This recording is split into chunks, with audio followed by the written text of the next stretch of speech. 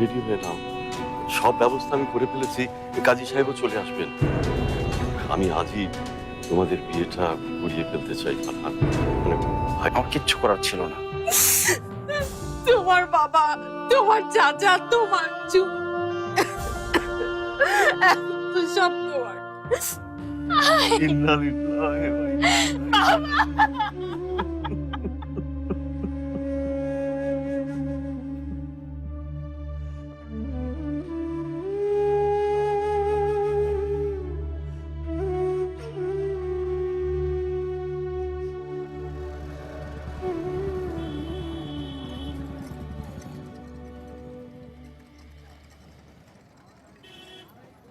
তোমার চা।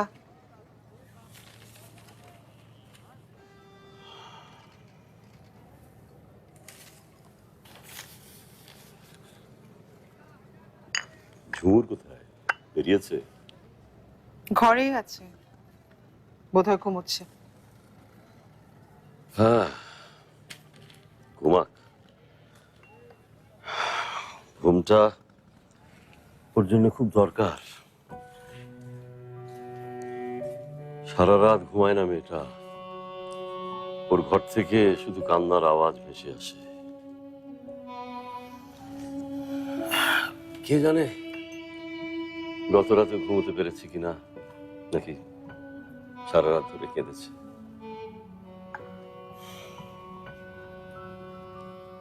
ফারহান কোথায়? এই তো বেরিয়ে গেল। এত সকালে? হ্যাঁ, বললো তো কি জানি কাজ আছে।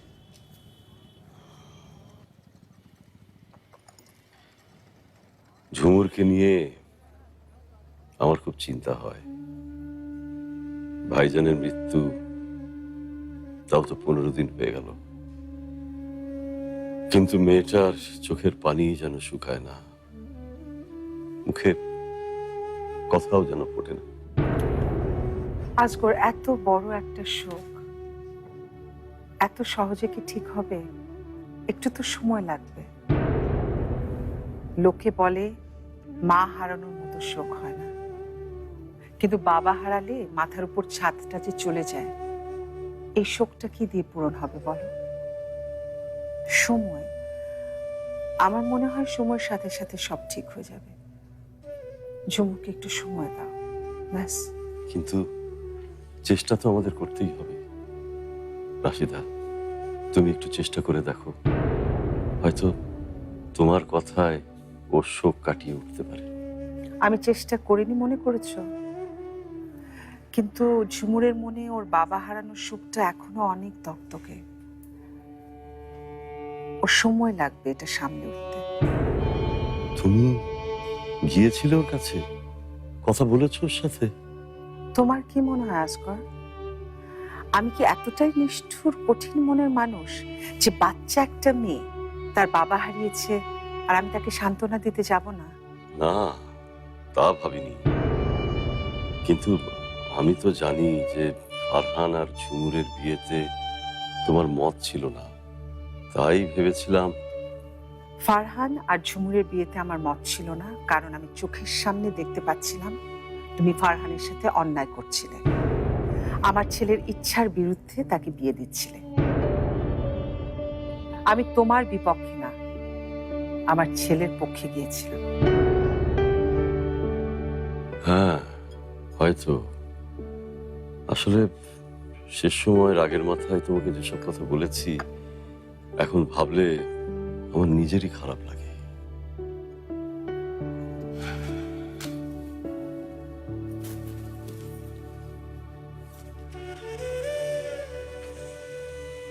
আজকাল তোমার আমার এতদিনের সম্পর্ক,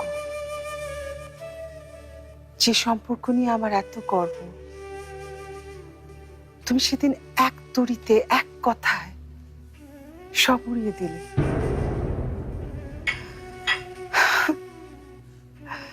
আমি সেদিনই বুঝতে পারলাম, তুমি আমাকে চোখে আঙুল দিয়ে বুঝিয়ে দিলে তোমার আর আমার মধ্যে পার্থক্য। তুমি দেখিয়ে দিলে আমি তোমার কাছে কি। একদিক থেকে মনে হয় ভালোই হয়েছে। আমি বুঝতে পেরেছি তোমার জীবনে আমার অবস্থান কোথায়?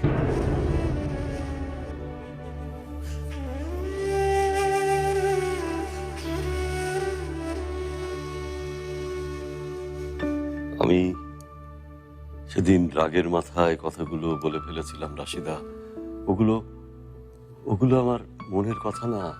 তবে তবে যাই হোক, ওই কথাগুলো বলা আমার একেবারে উচিত হয়নি, একদমই উচিত হয়নি। I am extremely sorry. তোমার চা ঠান্ডা হয়ে যাচ্ছে।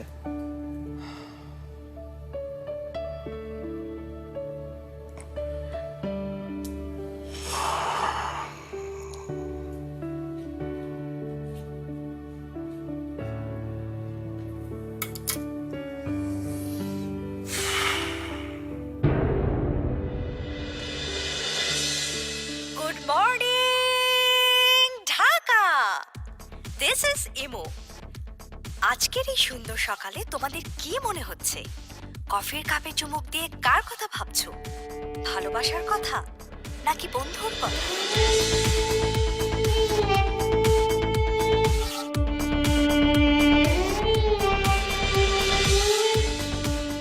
আমার কিন্তু মনে পড়ছে বন্ধুর কথা, যে বন্ধুর সাথে আমি লুকিয়ে লুকিয়ে আইসক্রিম খেতাম, যে বন্ধুর সাথে স্কুল পালিয়ে চলে যেতাম অনেক দূরে।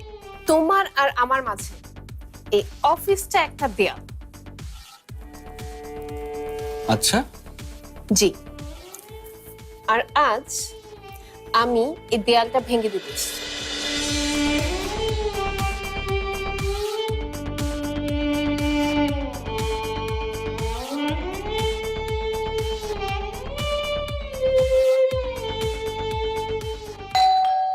রুনা, রুনা দেখো তো কে এসছে।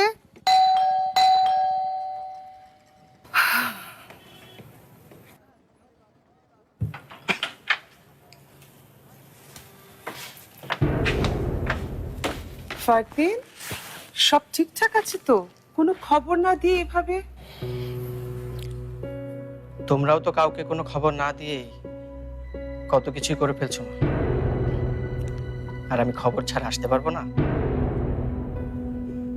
এভাবে ভাইয়ার বিয়ে দিতে পারলে? আমাদের কিছু করার ছিল না। সেটাই তো বলছি মা, কেন তোমরা কিছু করোনি? ভাইয়া সফট পারসন, ভাইয়ার কথা আলাদা, কিন্তু তুমি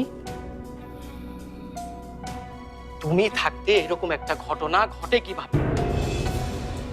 আমার কিছু করার ছিল না ফারদিন। না থাকলে আমাকে বলতে। নাবিল আপনি কাঁদতে কাঁদতে জানাচ্ছে বিয়ের কথা, আর আমি ওখানে বসে কিছুই করতে পারছি না, কিচ্ছু না। আর এমন একটা জায়গায় ঢুকেছি, ছুটির অ্যাপ্লাই আর কারণ দশাতে তোমরা। ফারদিন, শান্ত হও, যা হওয়ার তো হয়ে গেছে। যা হওয়ার মানে? তুমি আর বাবা মিলে ভাইয়া নাবিল আপনি জীবনটা নষ্ট করে দিয়েছো।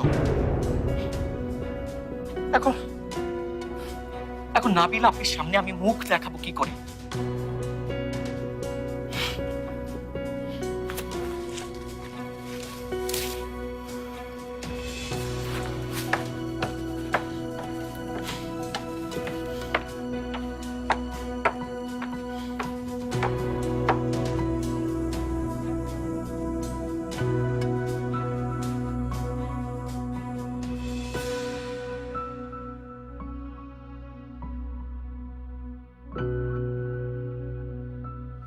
আসবো।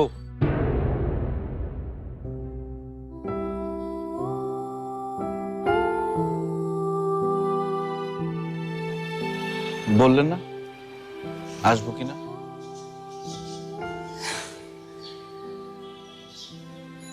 তুমি আবার কবে থেকে পারমিশন চাওয়া শুরু করলে?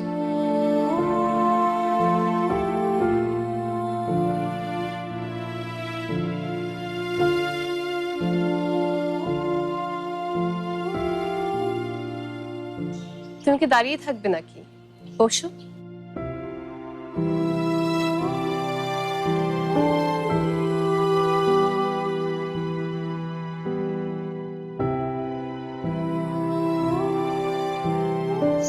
তো এত সকাল সকাল আসলে কি ব্যাপার? কোনো ব্যাপার নেই, ভাবলাম আমার বেস্ট ফ্রেন্ড আমার উপর কতটা রেগে আছে দেখে আসি। চেষ্টা যে করিনি তা কিন্তু নয়, চেষ্টা করেছি। তুমি আমাকে কখন, কোথায়, কেমন কষ্ট দিয়েছিলে সেসব মনে করে করে তোমার উপর রাগ করার অনেক চেষ্টা করেছি, কিন্তু তোমার উপর একদমই রাগ আসলো না। কি করি বলো? এনিওয়েজ, নাস্তা করেছো তুমি? না। আমিও করিনি। তুমি চাইলে আমরা একসাথে নাস্তা করতে পারি, করবে? ওকে, আমি তাহলে নাস্তা দিতে বলি। আসছি।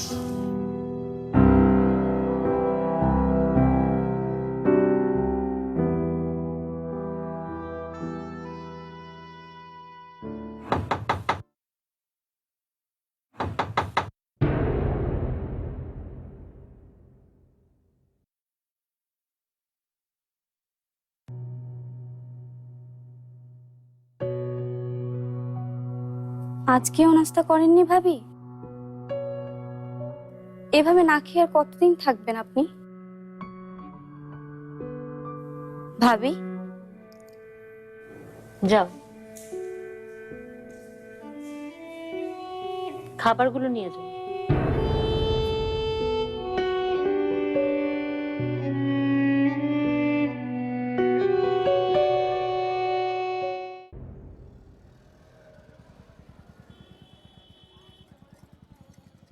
নাও, তোমার প্রিয় গরুর ভুনা আর পরোটা। বাহ, কি লাগ তোমার! যাক, কোথাও তো লাগ ভালো।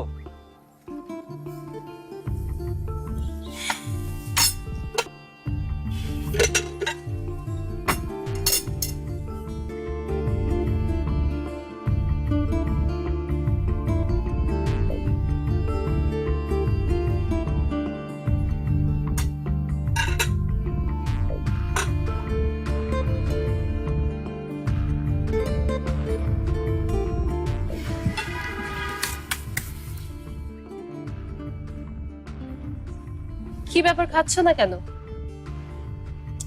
আর বাবা, ডায়েট তো করি আমি, তোমার কি হলো? খাও।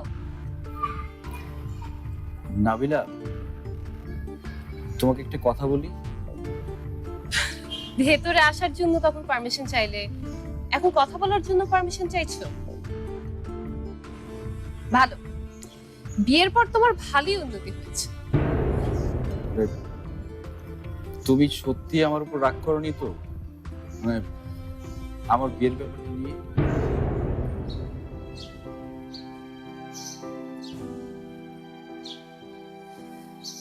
না, আমি তোমার উপর একদমই রাগ করি, কিন্তু সত্যি কথা বলতে কি,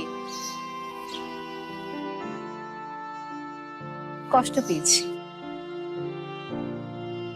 অনেক কষ্ট পেয়েছি। কিন্তু পরে আবার ভাবলাম যে এখন রাগ করে বা কষ্ট পেয়ে আসলে কোনো লাভ নেই, কারণ বিয়েটা তো হয়ে গেছে। ঝুমুর এখন তোমার ওয়াইফ।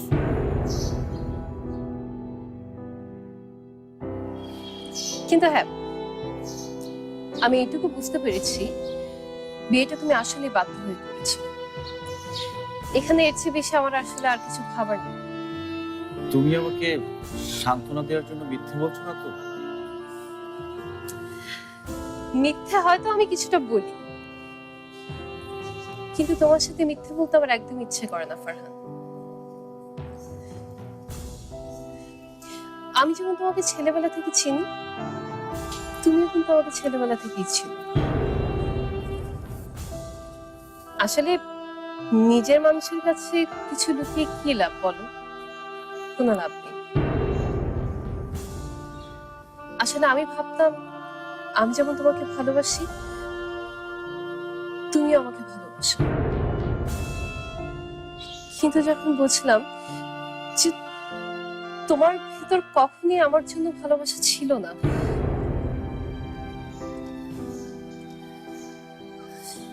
আসলে আমি পারিনি। তোমার ভালোবাসাকে আমি কোনোদিন অস্বীকার করিনি নাবিলা। আমাকে ভালোবাসা হয়তো তোমার অধিকারই ছিল, তাই রাগটা তুমি করতেই পারো। কিন্তু এই বিয়ে, ভালোবাসা এসব ছাড়াও তো আমাদের একটা সম্পর্ক আছে, আর সেটা হলো বন্ধুত্ব। আমরা দুজন দুজনের বেস্ট ফ্রেন্ড, তাই না? ফারহান, তুমি এখন আমার জন্য অনেক ইম্পর্টেন্ট। তুমি আমার বন্ধু ছিলে, তুমি আমার বন্ধু আছো, তুমি সবসময় আমার বন্ধু থাকবে। You are my best friend. Thank you so much Nabila. আমার ভয় ছিল, আমি ভেবেছিলাম আমি আমার প্রিয় বন্ধুকে হারিয়ে ফেলেছি। আচ্ছা হয়েছে, নাও এবার টেনশন ছেড়ে ফেলে ঠিক মতো খাও। খাও, তুমি নাও। নিচ্ছি।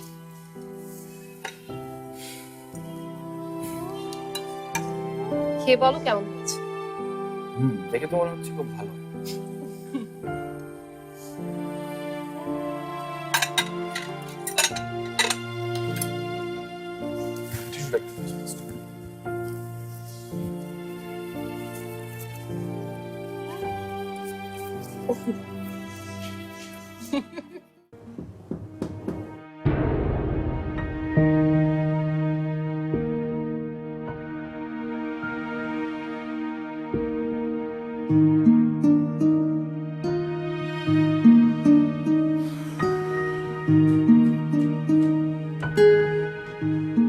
শরীর খারাপ ঝুমুর?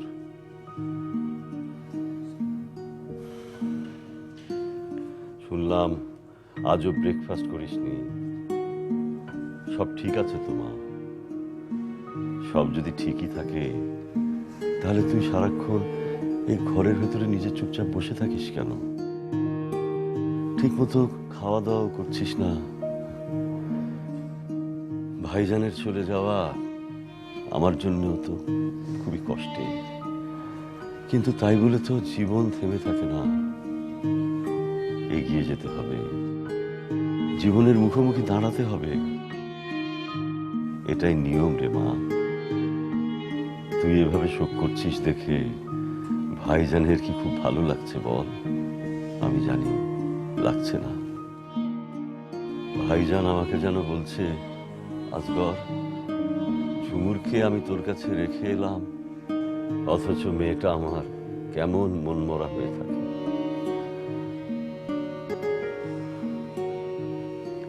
অনেক হলো রে মা, এবার বাইরে বেরিয়ে আয়, সবার সাথে কথা বল। আয় মা, আয়। আমরা দুঃখটা সবাই মিলে ভাগাভাগি করে নিই। হ্যাঁ মারে, ও মা, মা। একটা ম্যারিড মানুষের কি ফ্রেন্ডস থাকতে পারে না? সে কি ফ্রেন্ডদের সাথে চলাফেরা করবে না নাকি? কেমন মা, তুমিও না মানে পুরো ব্যাগ দিয়ে দিচ্ছ। আমার চোখের দিকে তাকিয়ে কথা বল নাবিলা, তোকে আমি চিনি। তুই কি সত্যি ফারহানকে ফ্রেন্ড মনে করিস? তোর দাদি আমাকে দিয়েছিলেন, আমি চাই তুই নিজ হাতে তোর বউকে এটা পরিয়ে দিবি।